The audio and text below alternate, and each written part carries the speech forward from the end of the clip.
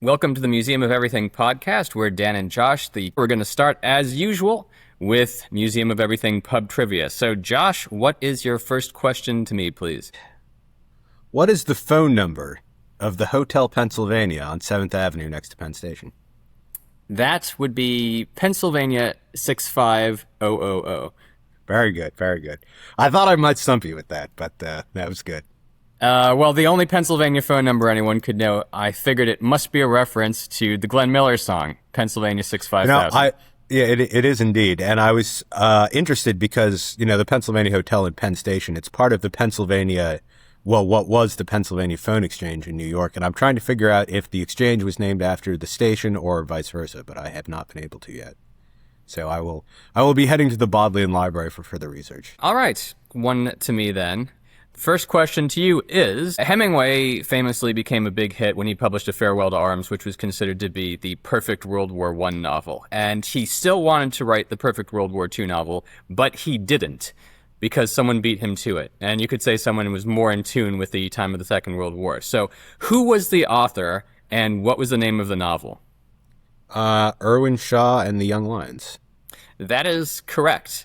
Hemingway was really disappointed when The Young Lions came out because he recognized it was basically the perfect World War II novel. He took it with reasonably good grace.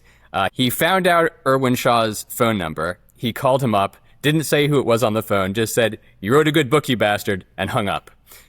That was very Hemingway. Very It's Hemingway-esque. a fantastic novel. It's one of my favorite novels. It's my second favorite Second World War novel, I think, after the Caine Mutiny. Yeah.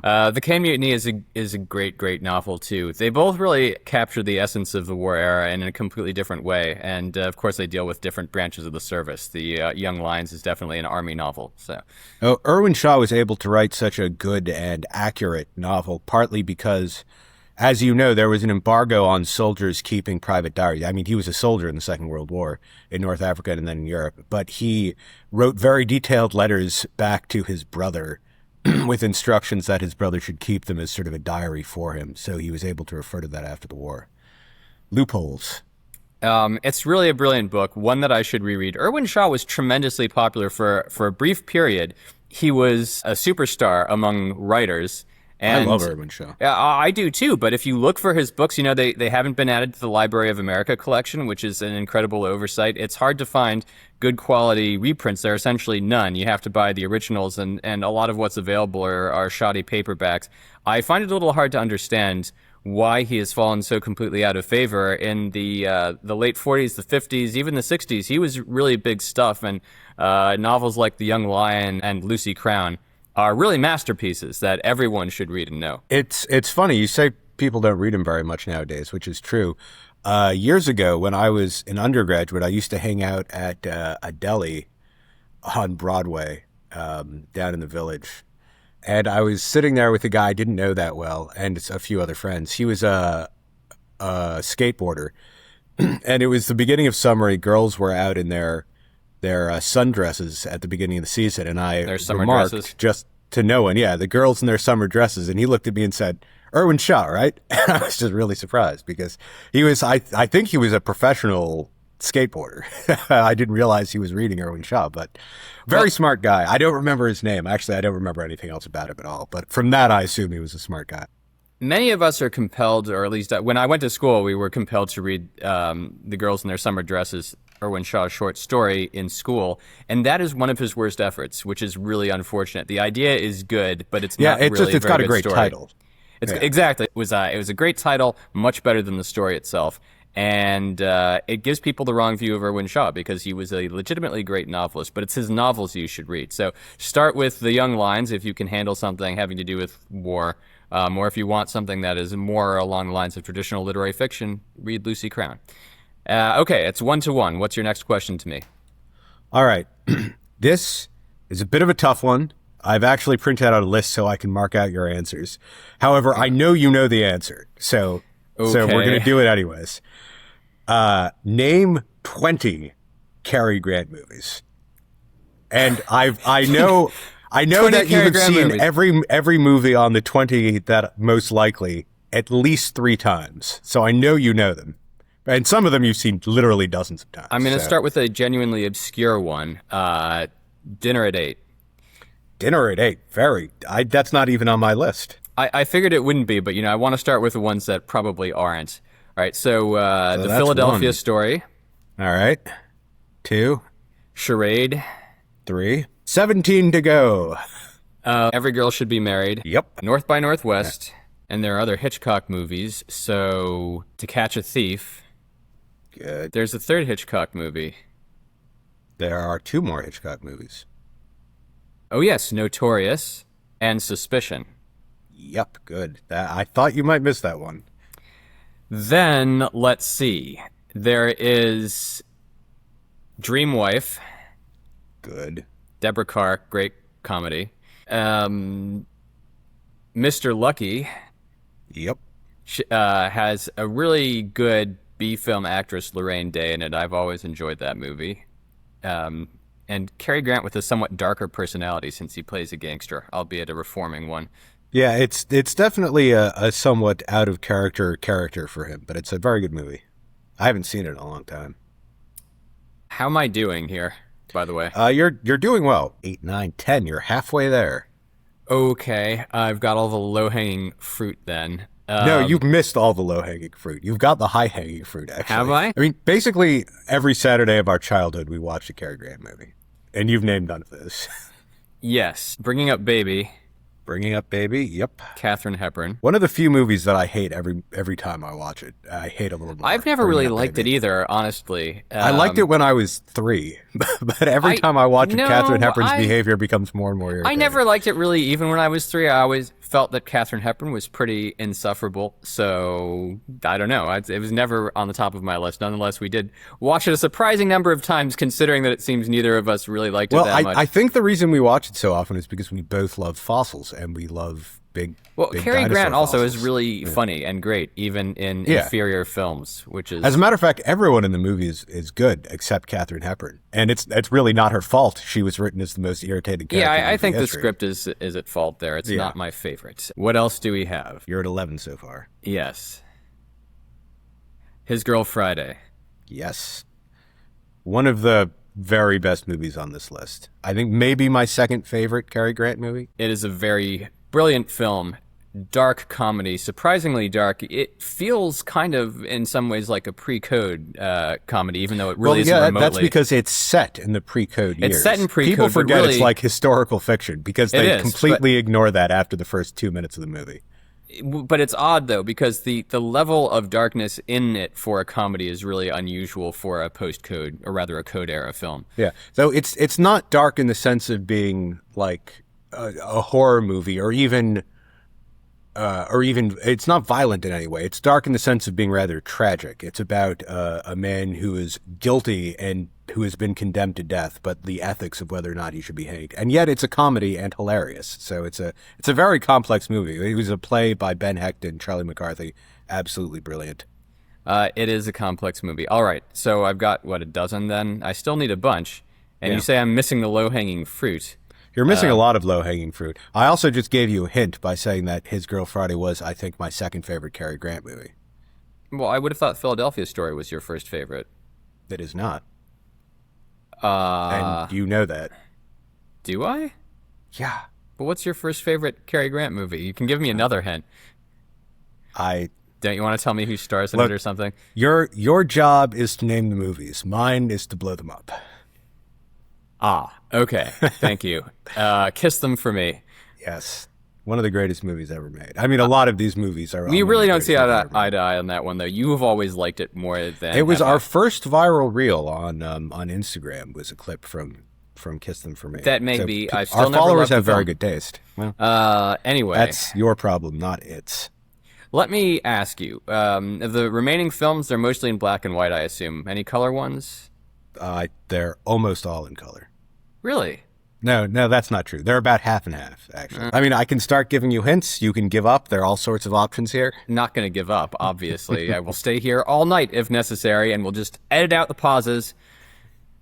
This is going to make great listening. Okay, I need some hints to keep things moving. All right. These waters are filled with girl-eating sharks. Oh, Operation Petticoat.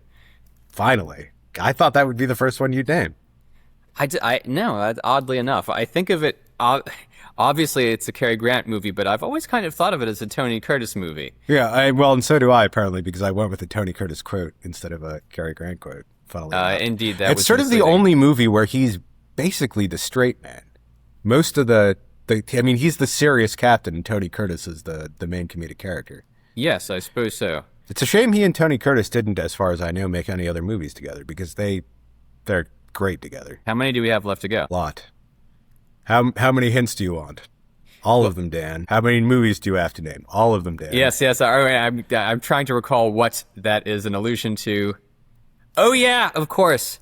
Father Goose, one of the greatest films of all time. Another one of the great. Cary Grant's. I mean, the reason we're doing this with Cary Grant is because I don't think he's like the Beatles of actors. Everything he put out was a #1 hit in quality. And not just at the box office. Had such tremendous range. So we've Father of the Goose. He plays Father of the Goose. In Father Goose, he plays a deadbeat, and in Every Girl Should Be Married, he plays a pediatrician. In Mr. Lucky, he plays a gangster. He has tremendous range because he's completely believable in every single role, which is something that very few actors can achieve. Something that would have taken Father Goose from being almost the greatest movie of all time to possibly the greatest movie of all time is that I believe it was written by the same guy who wrote Charade, and Cary Grant, it was I think a year after Charade, Cary Grant wanted Audrey Hepburn to play the lead, and the studio turned him down for whatever reason. Why? They got Leslie Caron instead, who was very good in the part, but gosh, that's a I've never been a big opportunity. Leslie Caron fan, probably because I read her memoirs. Yeah, and that sort of ruined her for me.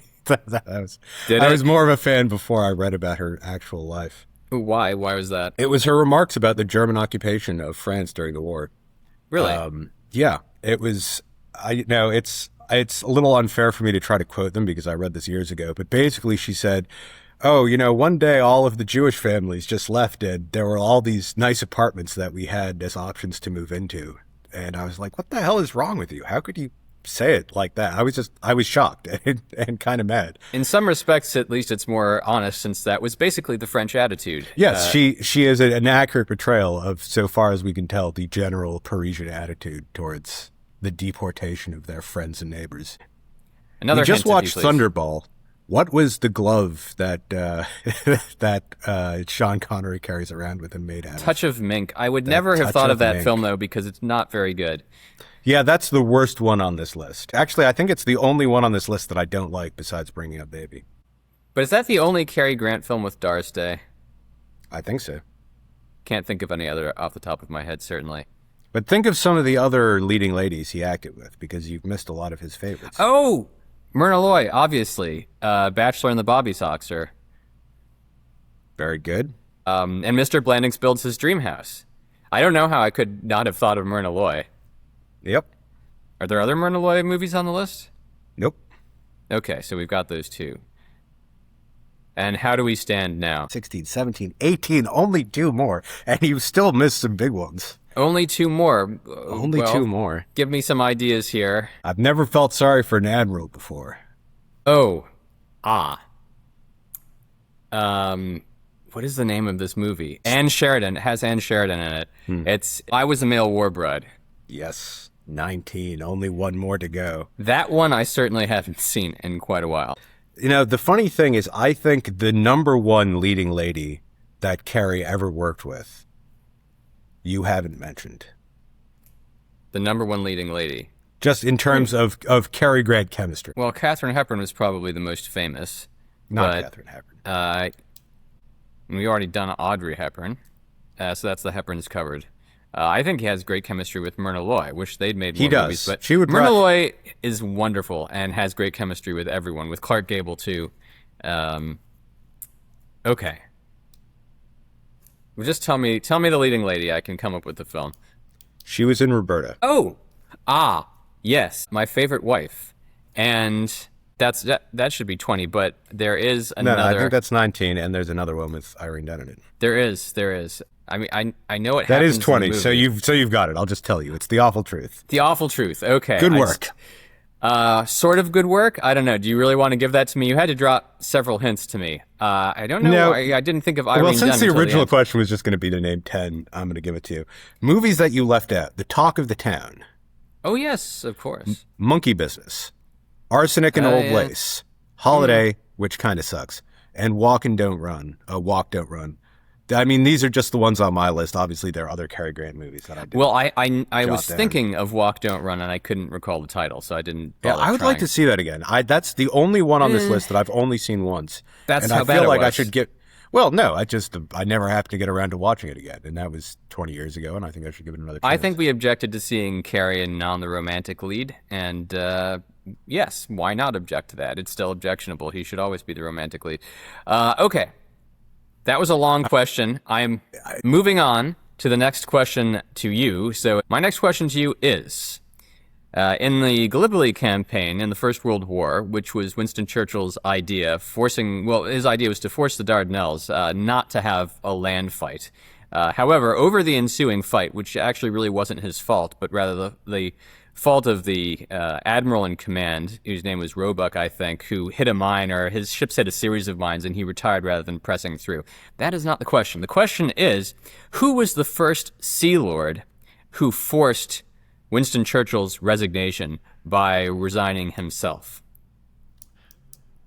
I was just reading about Gallipoli the other day. And his middle name was Arbuthnot. I named a cat Arbuthnot once. That was this gentleman's middle name. Was it Robinson? No. Was it Robertson? It's a name shared by a chess champion. Fisher.